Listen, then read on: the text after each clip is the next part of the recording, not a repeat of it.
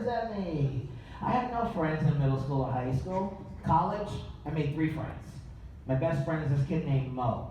We met in philosophy class in college freshman year. Mo and I hit it off right away because he grew up in upstate New York, farming, right? So he grew up in this farming community in a small school district where like everyone knew everyone. They went to the same school from kindergarten to 12th grade. Right? So if you're different in that school, you're screwed. Like in 8th grade, he started transitioning female to male.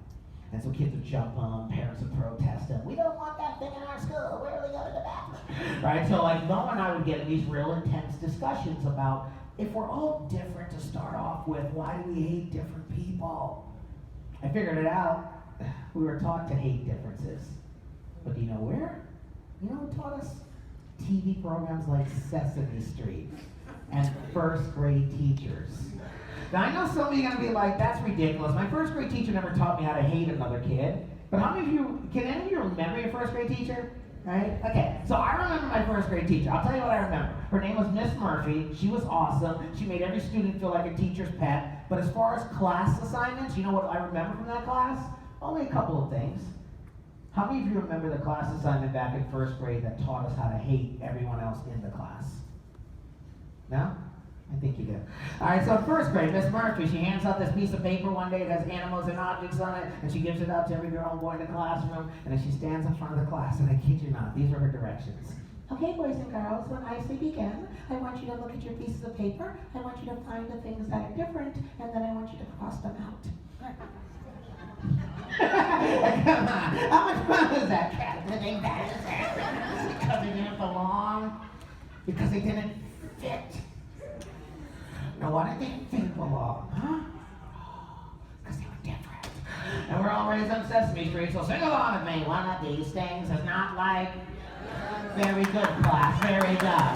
So whose fault was it that we paid attention in class? And by 5th grade, we didn't need the stupid piece of paper anymore. We practiced on each other in the hallways. I don't like them because they're Muslims. Your father's a terrorist. Cross them out. I would never go out with them because, oh my gosh, she's too fat. Cross them out. They're so gay. Cross them out. LOL, she's so ugly. Cross her out. I don't like you Mexicans. You Mexicans don't speak English good, but I'm Puerto Rican. You're Mexican. Cross you out. And so we walk around, we cross each other out.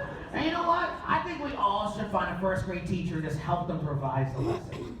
And if you are becoming a first grade teacher, here's something you can do that's a little bit different. Then you hand out that piece of paper and you tell the kids to find the things that are different and then put a smiley face right next to them. Because you know what else I remember from first grade? Smiley face stickers.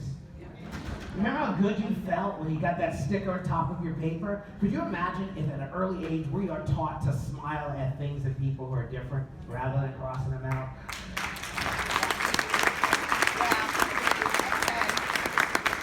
And I know that some of you are cynics and skeptics and you're going to doubt like whether it has any effect as you get older, but I'll tell you the effect on my life, April 25th, sophomore year of high school. I was 16. I had been crossed out so many times at that point in my life, I ended up hospitalized for 6 weeks on my first suicide attempt. I was trying to cross myself out, but I got through. Something really important happened that year. I found my English teacher, Mrs. Blake. And what she did was something that no one had ever done up to that point. She held me back from class and she goes, Mr. Russo, I observe you every day. And I was like, that's weird. And she's like, you leave my class, you go to the cafeteria, you eat lunch alone. And I feel really sad about that. So if you ever want to sit in my classroom and eat your lunch here and talk to me or not talk to me, you're always more than welcome. But you are not alone. That is only an illusion. And then I met my rabbi. And then I found Hot Topic. It's my favorite store. This shirt says, you laugh because I'm different. I laugh because you're all the same. Hey, man. My hopes, the wind unscattered.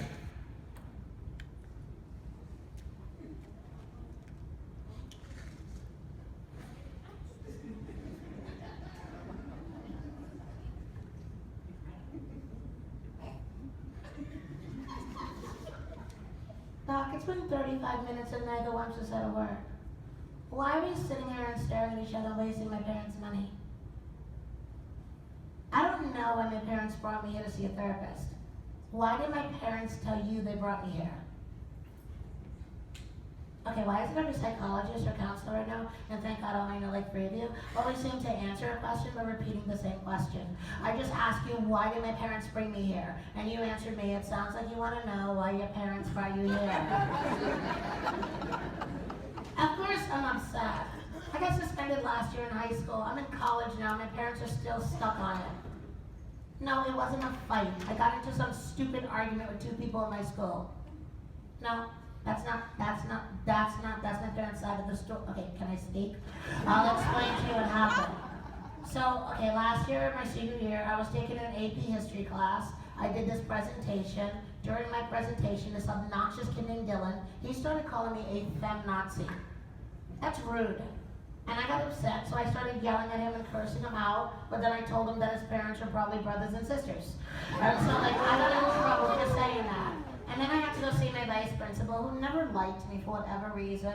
And so he was yelling at me, and he was just like, blah, blah, blah, blah, blah. It's girls like you that make people like me retire early. And then he said that he was disgusted by my attitude.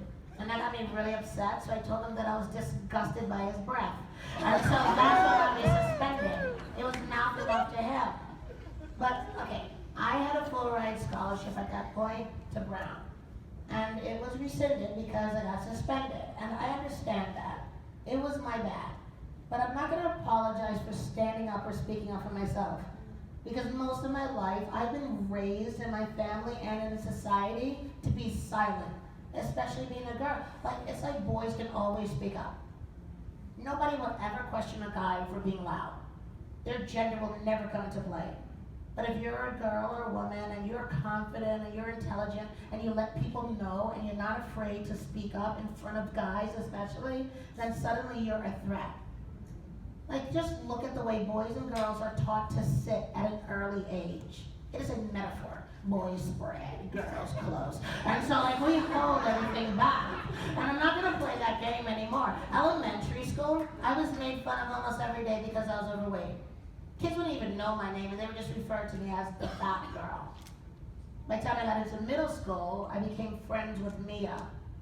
And that was just code language. Here the girls were friends with Anna, they had anorexia, and the girls were friends with Mia, they had bulimia. I was hospitalized for bulimia twice before high school. And then I got in high school, and kids stopped making fun of me for that, but they continued to make fun of me for being biracial. I'm not your usual mix. My parents are both immigrants. My dad's from India. My mom's from Korea. I'm a mix like nobody else I've ever met. And it's just like that pressure of trying to just belong and fit in. And if it wasn't just fitting in on a social level, like, I obsessed over my grades. I'm an A student. And so if I got a B+ on a test, I just start crying. And there's something wrong with that because nobody has ever been dying and thought to themselves, I wish I got more A's. And so I know I have to relax, but my parents don't make that easy. And then when I would go to school, I didn't know who to trust. So what happened was most of my closest friends were guys. Because guys are really simple creatures. Like, you don't have to be intelligent to figure out their brains. Like, I swear, if 2 guys didn't like each other, this is what they would do. They would beat each other up one day, and then suddenly become best friends the next day. That was so weird. Like, as a girl, like, if you don't like another girl in 3rd or 4th grade, there's a good chance you're not going to like her in middle school or high school. And she may never know. Like, because we can give her a compliment, so we'll just be like, oh my gosh, you look so cute in that outfit. Oh, she's such a hoe. So that's the stuff that needs to stop. We can't complain that boys were mistreating us when we did a bang-up job of ripping each other apart. We need to become a true sisterhood. Stop attacking each other, stop stealing each other's boyfriends or girlfriends, and then confront the guys who made us feel vulnerable. Let every one of them know that we're human beings who deserve to have as much respect as they get. And if guys, for some reason, could not get that through their thick skulls, then I'm afraid those guys are going to have to be terminated.